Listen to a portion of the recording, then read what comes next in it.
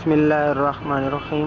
یہ مسجد قبلتین ہے، یعنی دو قبلوں والی مسجد۔ یہاں پر نبی اکرم صلی اللہ علیہ وسلم نے اللہ تعالیٰ سے دعا کی کہ ہمارا قبلہ خانہ کعبہ شریف بنا دے، تو اللہ تعالیٰ نے دعا قبول کی اور پہلے بیت المقدس کے پاس منہ کرتے تھے، بالکل مخالف سائڈ پر تھا، اور پھر ظہر یا عصر کے 4 فرض پڑھ رہے تھے تو حکم آ گیا، آپ صلی اللہ علیہ وسلم نے رخ اپنا چینج کر لیا، اور صحابیوں نے بھی بغیر تحقیق کیے ہوئے اپنا رخ چینج کر لیا، تو منافقوں اور کافروں کی زبانیں لمبی ہو گئی۔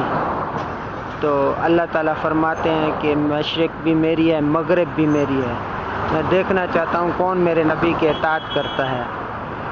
مسجد قبلتین یعنی دو قبلوں والی مسجد۔ اس کے ساتھ یہ دیوار والا قبرستان ہے، یہ بہت پرانا قبرستان ہے۔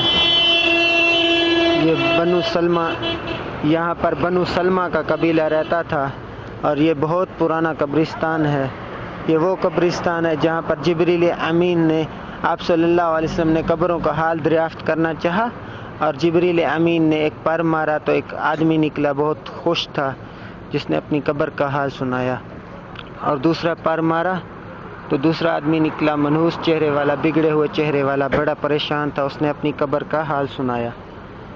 تو ایک بار آپ صلی اللہ علیہ وسلم نے فرمایا نا کہ قبر بھی یا تو جنت کے باغوں میں سے ایک باغ ہے، یا تو جہنم کے گڑھوں میں سے ایک گڑھا ہے۔